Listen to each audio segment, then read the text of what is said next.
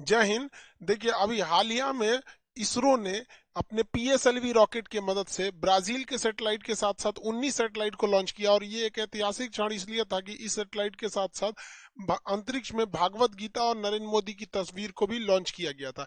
लेकिन ये rocket launch करना काफी कठिन प्रक्रिया होता है। रॉकेट भारत के अलग अलग एरिया में बनते हैं, चाहे वो विक्रम साराभाई अंतरिक्ष केंद्र हो, महेंद्रगिरी में इंजन वगैरह हो गया, गुजरात के अहमदाबाद में सैटेलाइट के पार्ट्स, उन सबको एक पास लाकर और हम लोग इसको लॉन्च करते हैं श्रीहरिकोटा से। श्रीहरिकोटा आंध्र प्रदेश के पास दक्षिण भारत में, यहाँ पर पुलिकट झील के पास एक छोटा सा द्वीप है जहां सतीश धवन प्रक्षेपण केंद्र से लॉन्च किया जाता है। इसे हम लोग लॉन्च करते हैं पश्चिम से पूरब दिशा की ओर। पश्चिम से पूरब इसलिए लॉन्च करते हैं कि पृथ्वी भी पश्चिम से पूरब घूम रही है, थोड़ा सा सपोर्ट मिल जाता है। तो इसे पश्चिम से पूरब दिशा के ओर लॉन्च किया जाता है। हमारे दो प्रमुख रॉकेट होते हैं, पीएसएलवी और जीएसएलवी। इनके टोटल हम लोग वर्क फंक्शन को समझते हैं। रॉकेट के जितने बड़े बड़े पार्ट्स होते हैं, चाहे उसके इंजन हो, उसका बूस्टर हो, ये अलग अलग जगहों पे बनता है और इसे ट्रक के माध्यम से हम लोग श्रीहरिकोटा ले आके एक जगह लॉन्च पैड पर रखते हैं, फिर इसे असेंबल किया जाता है। रॉकेट जो होता है कई टुकड़ों में होता है, इसे एक खड़ा असेंबल करने में बहुत टाइम लगता है। ये कई फीट 5-6 मंजिला इमारत के बराबर होता है। छोटा तो होता नहीं, आप इसे एक साथ रख सकते हैं। जैसे हम बात करें, ये रॉकेट के सपोज करिए कि ये टुकड़े हैं, इन्हें हमें एक के ऊपर एक जोड़ना है। तो हम यहाँ आराम से आप देख सकते हैं कि इस पे हम जोड़ दिए, तो हमारा हाथ यहाँ तक पहुंच गया तब ना जोड़ दिए। अगर ये 20 फीट का ऊंचा रहता, हमसे भी ऊंचा, तो नहीं जोड़ पाते। यही प्रॉब्लम हो जाता है इसरो के सैटेलाइट रॉकेट्स के साथ। इन रॉकेट को कई टुकड़ों में लाया जाता है और यहाँ रख के क्रेन के मदद से खींचा जाता है। क्रेन के मदद से इसे उठा के और फिर इसे असेंबल किया जाता है। एक एक पार्ट, जहां आपको 4 पार्ट दिख रहा हो, 1 2 3 4, ये तो ऊपर वाला पेलोड है, तो इसको भी आप पांचवा पार्ट मान सकते हैं। तो एक एक पार्ट को इस तरह से क्रेन के मदद से रखा जाता है। पहला पार्ट रखने में तो दिक्कत नहीं होता है क्योंकि हाइट कम ही रहती है, लेकिन जैसे जैसे ये ऊपर जाता है वहां तक इंजीनियर को पहुंचना, वहां से नट बोल्ट को कसना, पूरा सीधा रखना, हर चीज को जांच करना काफी दिक्कत होती है। इसलिए इसका जो असेंबली वाला यूनिट होता है ये काफी सोफिस्टिकेटेड, एकदम अत्याधुनिक होता है। जैसे यहाँ देखेंगे तो एक पार्ट को रख दिया गया है। अब यहाँ देखिएगा, यहाँ पर एक छत बना दिया गया, वो टेम्पोररी होता है, इस तरह से गिरा दीजिएगा तो ये आके गिर जाता है। अब यहाँ वाले पे इंजीनियर वगैरह अपना यहाँ पे खड़े होकर देख सकते हैं, फिर यहाँ हो सकता है। अब ये वाला जो सेकंड पार्ट जा रहा है, इसे क्रेन से खींच के इसके ऊपर रखा जाएगा। जैसे देखिए, ये फर्स्ट वाला पार्ट यहाँ रख दिया गया, इसमें से इंजीनियर हट गए हैं। अब देखिए यहाँ पर ये लोग यहाँ पर अपना वर्क कर रहे हैं। जब ये हो जाएगा तो ये वाले छत को खोल दिया जाएगा, फिर इस छत को यहाँ पर ऐसे नीचे गिरा दिया जाएगा ताकि वो लोग काम कर सके। ये असेंबली यूनिट होती है, कई फ्लोर बाई फ्लोर होती है जिसमें जोड़ा जाता है। जैसे ये देखिए, यहाँ आपको दिख रहा होगा रॉकेट का एक नीचे वाला पार्ट है। कैसे? जैसे ये रॉकेट ऊपर में भी भूरा है, नीचे में भी ब्राउन कलर का है, तो ये ब्राउन वाला दिख रहा है, ये सेकंड पार्ट, एक पार्ट है जो उसके नीचे है। और ये जो फ्लोर बना है ये टेम्पोररी फ्लोर है, परमानेंट फ्लोर नहीं है, छत नहीं है। अब इसके ऊपर इसको रखा जाएगा क्रेन के मदद से, फिर ये लोग इसको अच्छे से ज्वाइंट करेंगे, फिर इसके ऊपर एक और पार्ट को रखा जाएगा। इस तरह से देखिए, एक यहाँ पार्ट है, यहाँ है, यहाँ है, यहाँ है, ऐसे करते करते जोड़ा जाता है। लेकिन ये जो छत देख रहे हैं ये ग्रीन कलर का, इसको हटना तो जरूरी है, पता चला यही रहेगा, रॉकेट उड़ाएंगे तो इसी में फंस के ब्लास्ट कर जाएगा। तो ये टेम्पोररी होता है। जब रॉकेट के सारे स्टेजेज को आपस में जोड़ लिया जाता है तो ये जो छत टाइप का बना था इसे फोल्ड करके हटा लिया जाता है। देखिए, ये फोल्ड करके हटा लिया गया और इसको एक बहुत बड़े ट्रेन टाइप का होता है जिसे हम लोग रॉकेट कार कहते हैं, इससे अब इसको आगे की ओर ले जाया जाता है। अब लॉन्च पैड की ओर ले जाया जाता है। यहाँ तो इसे असेंबल किया गया था, अब यहाँ से इसको लेके जाया जाएगा। ये था आपका असेंबली रूम। ये देखिए, ये सारे छत के पार्ट्स थे, अलग अलग थे, ये ऐसे खुल गए हैं। अब इसको इसी के मदद से लाया जाएगा। इसके अंदर ये असेंबल किया जा रहा था लेकिन वहां से लॉन्च नहीं किया जाएगा, इसके मदद से, इस कार के मदद से यहाँ लाके फिर इसमें इसको अटैच करके रखा जाएगा इस लॉन्च पैड में। इसरो के पास अभी फिलहाल में दो दो लॉन्च पैड है। एक लॉन्च पैड से हो नहीं पाता था, इसलिए इसरो जो थी अपने असेंबली लाइन को, जैसे यहाँ देखिए, एक असेंबली यूनिट यहाँ था, एक नया यहाँ बना दिया गया। दो दो असेंबली यूनिट ले आके और लॉन्च पैड दो दो रखे गए ताकि ले आने में दिक्कत ना हो, जल्दी से जल्दी और ज्यादा से ज्यादा मात्रा में सैटेलाइट को लॉन्च किया जा सके। इसरो के दो दो लॉन्च पैड है, एक की असेंबली लाइन लॉन्च पैड के काफी करीब है और वहीं दूसरे की असेंबली लाइन देखिएगा तो लॉन्च पैड से काफी दूरी पर है। ये जो इसका जो सैटेलाइट कैरिंग कार होता है, ये ट्रेन की पटरी पर चलता है, बहुत ही भयानक इसका लोड रोकने की क्षमता होती है, बहुत धीमी गति से लेकिन ये आगे बढ़ता है, बहुत तेज गति से आएंगे तो ये डिसबैलेंस होकर गिर जाएगा। रॉकेट की एक सबसे बड़ी समस्या है कि जब ये उड़ता है तो इसके नीचे से इतना थ्रस्ट निकलता है और इतना आग निकलता है कि ये रॉकेट खुद ही जल जाएगा, इतना ज्यादा मात्रा में रहता है। इसलिए इसमें थ्रस्ट निकलने के लिए नीचे एक कैनाल बना दिया जाता है, गड्ढा, और यहाँ देखेंगे तो यहाँ आपको सुराख मिलेगा, छेद।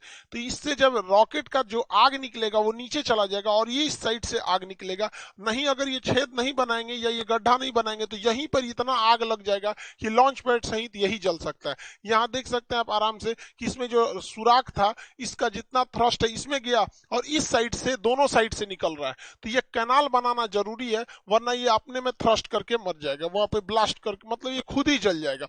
यहाँ नीचे गिरा और इस तरह से दोनों डायरेक्शन में हट गया, या ये इस डायरेक्शन में जाता है ताकि वो ज्यादा से ज्यादा आग को अलग डायरेक्शन में फैला सके। जब सैटेलाइट को लॉन्च पैड पे रखा जाता है तो इसमें जितने सेंसर वगैरह होते हैं, वायर से ये लोग कनेक्टेड किए रहते हैं। इसमें जितनी चीजें होती हैं ये कनेक्ट करके रखी गई रहती है। जब काउंटडाउन, उल्टी गिनती चालू होती है 48 घंटा पहले से, अगर इसमें भी कोई गड़बड़ी पाया जाएगा तो यहीं पे रोका जा सकता है, और अगर गड़बड़ी नहीं पाई गई तो रॉकेट को लॉन्च कर दिया जाता है। लेकिन समस्या क्या होती है, जो इसमें फ्यूल रखा जाता है, तो जो फ्यूल रहता है उसे बहुत ही कम टेम्परेचर पे रखा जाता है और 2 दिन पहले ही इसकी पूरी तरह तैयारी कर दी जाती है। तो इसे धूप में छोड़ने से क्या होता है, उसका टेम्परेचर बढ़ सकता है, अंदर रिएक्शन वगैरह हो सकता है। इसलिए इसके बाहर एक इंसुलेटर की परत लगा दी जाती है। देखिए, ये एक परत लगा दिया जाता है इंसुलेटर की इसके चारों ओर बाहर में, ताकि जो फ्यूल है वो हीट उस पे ना मिल सके।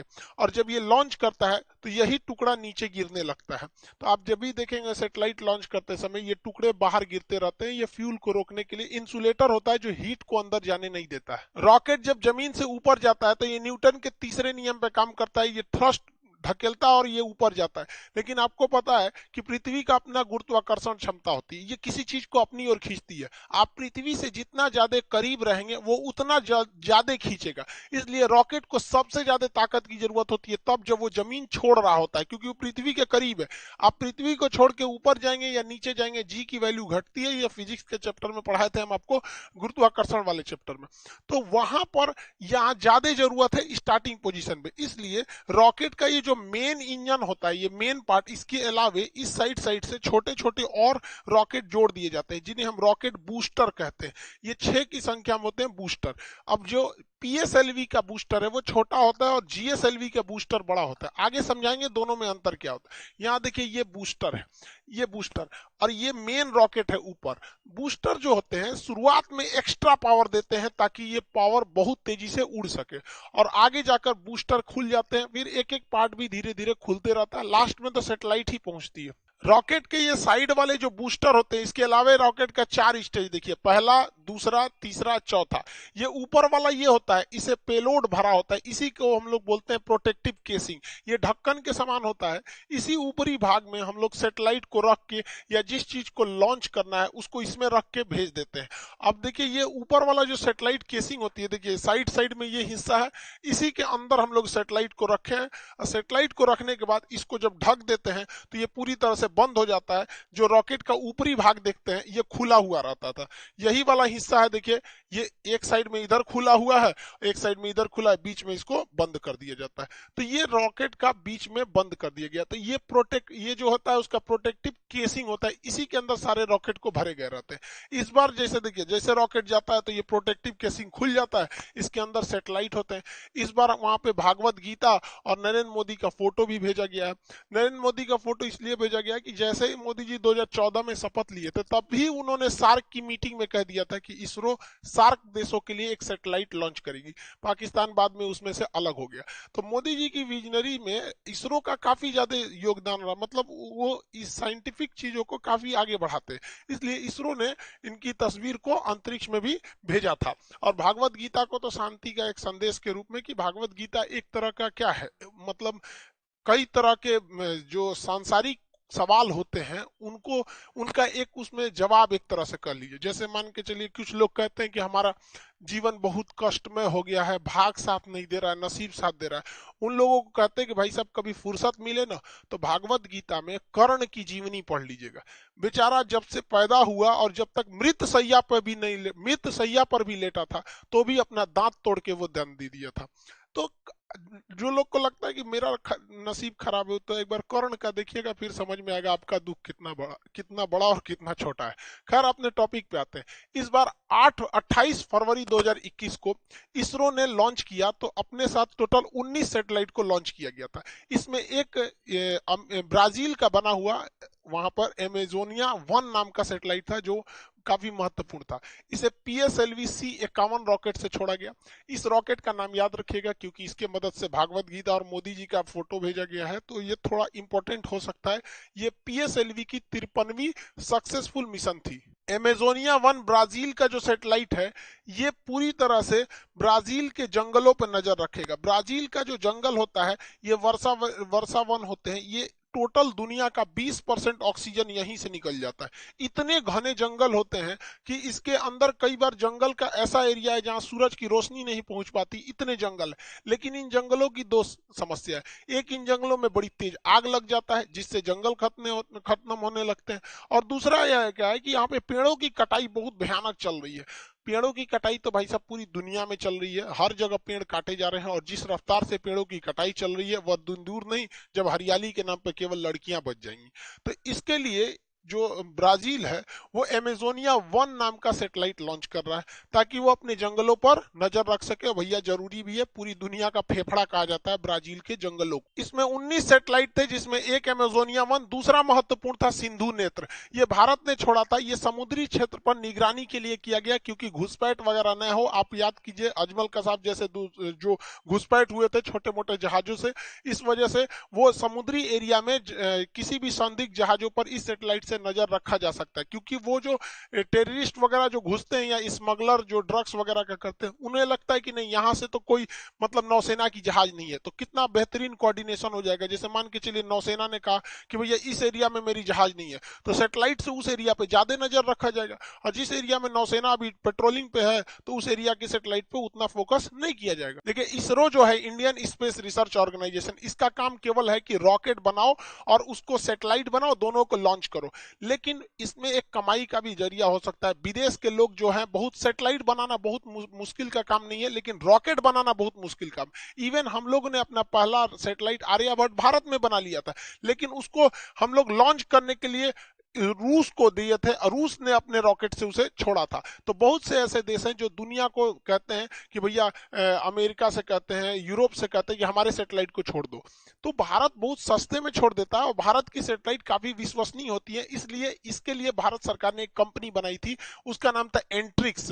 एंट्रिक्स कॉर्पोरेशन था, 1992 में बनाई गई थी। ये कंपनी दूसरे देशों से कहती तो भैया तुम्हारा सैटेलाइट छोड़ना है, लाओ लाओ यहाँ लाओ, पैसा दो हमको दो, और ये इसरो को देती थी भैया इसको भी छोड़ दो, हम इतना पैसा दे देते हैं। लेकिन इसमें कुछ कमियां थी जिसको सुधारते हुए 2019 में न्यू स्पेस इंडिया लिमिटेड नाम की एक कंपनी ऑर्गेनाइज कर दिया गया। अब किसी को अपनी सैटेलाइट छुड़वाना है तो डायरेक्ट इसरो से बात नहीं करेगा, इससे बात कीजिए, बिजनेस वाला काम ये संभालेगी, बाकी रॉकेट सैटेलाइट बनाने का काम इसरो करेगी। एंट्रिक्स ने बहुत सारे मिशन को अंतरिक्ष में भेजा है। एंट्रिक्स ने बहुत सारे दुनिया के ग्राहकों को ढूंढ के लाया है इसरो के लिए, जिससे इसरो की बहुत मोटी कमाई हुई है। लेकिन अभी क्या है, ये न्यू स्पेस इंडिया लिमिटेड को बनाया गया। ये इसकी पहली कॉमर्शियल उड़ान थी जो ब्राजील से इन्होंने नेगोशिएशन करके लाया था। हालांकि ब्राजील चाइना से इस सैटेलाइट को छुड़वाने वाला था, लेकिन बाद में भारत ने उससे कम दाम दिया, इस वजह से उसने भारत से भी छुड़वा लिया। सैटेलाइट का ऊपर वाला जो भाग होता है ये खोखला होता है, इसे प्रोटेक्टिव केसिंग कहते हैं, ये खुल जाता है। इसी के अंदर सैटेलाइट्स को लॉन्च रखा जाता है।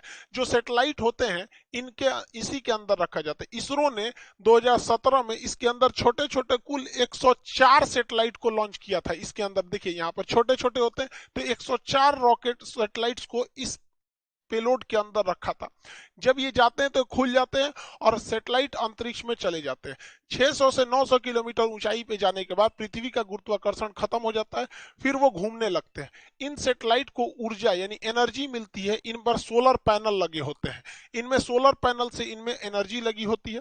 मतलब एनर्जी ले रहते हैं ये लोग सोलर पैनल से, और इसके अंदर छोटा सा एक तो मोटर भी होता है जिससे कि ये अपने डायरेक्शन और अपने पाथ को चेंज कर सकते हैं। तो रॉकेट केवल अंतरिक्ष में जाके ये खुल जाएगा और सबको ऐसे फेंक देगा, और वहां गुरुत्वाकर्षण नहीं है तो सब इधर उधर तैरेंगे, तो वन बाई वन सबको अपने अपने ऑर्बिट में फिट कर दिया जाता है। रॉकेट इंजन और जेट इंजन में अंतर क्या होता है? हवाई जहाज में जेट इंजन लगा होता है, ये बाहर से ऑक्सीजन ले लेता है, जबकि अंतरिक्ष में तो ऑक्सीजन ही नहीं है, इसलिए रॉकेट इंजन उस इंजन को कहते हैं जो अपना खुद का ऑक्सीजन का सिलेंडर ले जाया जाता है। तो जिस सिलेंडर में ऑक्सीजन रहता है उसे हम ऑक्सीडाइजर कहते हैं, और जिसमें फ्यूल रहता है उसे फ्यूल टैंक कहते हैं। ये दोनों रहता है, इसे एक पास लाया जाता है पाइप के माध्यम से कंबशन चैम्बर में, और वहां पे आग लगाया जाता है। आपको पता है बिना ऑक्सीजन में फ्यूल कितना भी दे दीजिएगा, जब तक ऑक्सीडाइजर यानी ऑक्सीजन नहीं मिलाइएगा आग नहीं पकड़ेगा। तो इन सबको मिला के पाइप के माध्यम से यहाँ लाया जाता है कंबशन चैम्बर में, और इसमें ब्लास्ट आग लगाया जाता है, और आग जब लगता है तो वह आग निकलने का रास्ता खोजती है। अब इस निकलने के रास्ता को इतना पतला कर दिया जाता है कि वो निकलती है तो ये रॉकेट को थ्रस्ट उठा देती है। ये देखिएगा यहाँ पे काफी पतला कर दिया जाता है। इस पतला होने की वजह से न्यूटन के थर्ड लॉ के हिसाब से एक्शन रिएक्शन होता है और ये रॉकेट ऊपर की ओर जाने लगता है। भारत के पास दो फेमस रॉकेट है, एक पीएसएलवी है, ये छोटी उड़ान के लिए होता है। पीएसएलवी ज्यादा ऊंचा पे नहीं ले जा सकता है, पीएसएलवी 600 से 900 किलोमीटर की ऊंचाई पर ही ले जा सकता है। ये 2 टन के ही टोटल रॉकेट को सैटेलाइट को ले जा सकता है। अब एक ही सैटेलाइट भेज दीजिए 2 टन का, या कम कम वेट के ज्यादा सैटेलाइट को छोड़ सकते हैं। ये पोलर सैटेलाइट होता है। पोलर उसे कहते हैं जो पृथ्वी के पोल यानी ध्रुव पर घूमे, ध्रुवीय सैटेलाइट होता है, ऊपर नीचे करता है। तो ये पृथ्वी के ऊपर नीचे इस तरह से घूमता है। इसके हम लोग सन सिंक्रोनस भी कहते हैं, क्योंकि सूर्य कहीं भी रहेगा, ये अगर घूमते रहेगा तो सूर्य को यहाँ से सूर्य दिखाई दे देता है। ये कम ऊंचाई पर होता है, इसलिए ये मौसम की मतलब जानकारी दे देता है, कहीं कहीं जासूसी का काम कर देता है, निगरानी वगैरह का काम कर, मतलब ये सब काम कर लेते हैं, मौसम वगैरह का काम कर देता है। इसे छोड़ने के लिए पीएसएलवी रॉकेट का प्रयोग किया जाता है। ये 4 स्टेज का रॉकेट होता है। साइड साइड में तो बूस्टर लगे हैं, इनकी बात नहीं करते हैं। ये इतना भरोसेमंद रॉकेट है कि 1993 से आज तक ये केवल 2 बार फेल्योर हुआ है। एक तो शुरुआत में ही फेलियर हो गया, और एक बार बाद में थोड़ा सा 2013 के पास आके थोड़ा सा फेलियर हो गया था। लेकिन उसके बाद आज तक ये दुनिया में सबसे ज्यादा एक्यूरेसी इसी सैटेलाइट का। इसी ने चंद्रयान 1 दिया, इसी ने चंद्रयान 2, इसी ने मंगलयान भेजा, इसी ने एक साथ 104 सैटेलाइट्स को लॉन्च किया। ये बहुत भरोसेमंद है। इसके 4 स्टेज है, पहला सॉलिड, फिर लिक्विड, फिर सॉलिड, फिर लिक्विड, यानी सॉलिड लिक्विड सॉलिड। तो इस तरह से व्हाइट कलर वाला सॉलिड है, इसमें लिक्विड फ्यूल भरा गया है। देखिए सॉलिड फ्यूल जो होता है वो कंट्रोल नहीं हो पाता है। दिवाली का जो रॉकेट होता है उसमें सॉलिड फ्यूल होता है, बारूद भरा होता है, मारिए धस एकदम सीधे उड़ जाता है, वो कंट्रोल नहीं होता है। लेकिन पृथ्वी के अलग अलग वातावरण में स्पीड अलग चाहिए, पावर अलग चाहिए, इसलिए अलग अलग स्टेज लगाए जाते हैं। लिक्विड वाला जो स्टेज होता है वो अच्छा माना जाता है क्योंकि ये आपके कंट्रोल में रह सकता है। जो सॉलिड वाला हिस्सा होता है उसमें फ्यूल के रूप में हाइड्रोक्सी टर्मिनेटेड पॉलीब्यूटाडाइन का प्रयोग किया जाता है। जो लिक्विड वाला हिस्सा होता है, इंजन लिक्विड का जो पार्ट होता है, उसमें हम लोग जो प्रयोग करते हैं इसमें लिक्विड वाले में एसिमेट्रिक डाइमेटाडाइन हाइड्रोजाइन का प्रयोग करते हैं, उसके साथ साथ नाइट्रोजन ऑक्साइड का प्रयोग किया जाता है। तो सॉलिड में ये, लिक्विड में ये, फिर ये सॉलिड, फिर लिक्विड। ये तो प्रोटेक्टिव केसिंग है, इसके अंदर सैटेलाइट लगे रहते हैं। यही रॉकेट है। रॉकेट एक बार गया, इस सैटेलाइट को लॉन्च किया, बाकी ये हिस्सा अंतरिक्ष में तैरते रहता है, जिसे अंतरिक्ष कचरा के नाम से जानते हैं। कभी कभी देखते होंगे सैटेलाइट की लॉन्चिंग टाल दी जाती है। क्या होता है कि जो सैटेलाइट को छोड़ने का रास्ता था उसी में कोई कचरा वगैरह आ जाता है, तो उसको टकराने का डर रहता है, इसलिए उसके लॉन्च को डिले कर दिया जाता है। दूसरा जो सैटेलाइट है वो होता है GSLV, geosynchronous satellite launch vehicle.